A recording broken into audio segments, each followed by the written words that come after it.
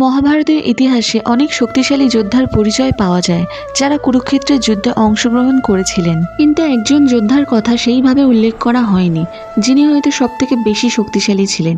তবে কুরুক্ষেত্রের যুদ্ধতে তিনি ছিলেন না। এই যোদ্ধা হলেন বার্বারিক। স্কন্দ পুরাণ অনুসারে বার্বারিক ভীম পুত্র ঘটোৎকচ আর তার স্ত্রী মৌরবীর পুত্র।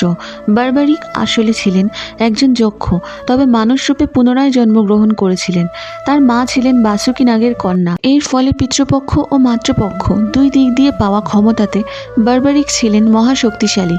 তিনি দেবী শক্তিকে তুষ্ট করে 3টি মহাশক্তিশালী বাণ পেয়েছিলেন, যা ত্রিবাণ নামে প্রসিদ্ধ।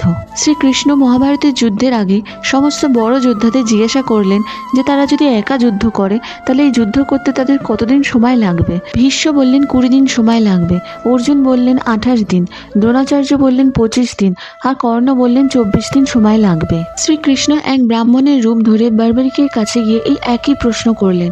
তখন বার্বারিক বললেন, আমি এই যুদ্ধ কয়েক মুহূর্তের মধ্যে শেষ করে দিতে পারবো। শ্রীকৃষ্ণ তার ক্ষমতার পরীক্ষা নিতে একটি গাছের সমস্ত পাতা না দেখে কেটে ফেলতে বললেন। বার্বারিক চোখ বন্ধ করতে গাছ থেকে একটি পাতা নিজের পায়ের তলাতে লুকিয়ে রাখলেন শ্রীকৃষ্ণ। বার্বারিকের বাণ সমস্ত পাতা কাটার পর শ্রীকৃষ্ণের চরণকে নিশানা করলো। তখন কৃষ্ণ বুঝে গেলেন যে সত্যি এই যোদ্ধা সর্বাধিক শক্তিশালী। বার্বারিক নিজের মাকে কথা দিয়েছিলেন যে তিনি সর্বদা কোনো যুদ্ধে দুর্বল পক্ষের হয়েই লড়বেন। তখন কৃষ্ণ বুঝলেন বার্বারিক তার এই বচন পূরণ করতে বারবার দল পরিবর্তন করবেন, কারণ তিনি যখনই কোনো দলের হয়ে যুদ্ধ করবেন তার প্রতিপক্ষ দল তো দুর্বল হবেই, আর তার বারবার দল পরিবর্তনের জন্য এই যুদ্ধতে 2 দলের সৈন্যই আর থাকবে না, শেষ পর্যন্ত শুধু বার্বারিই থাকবে।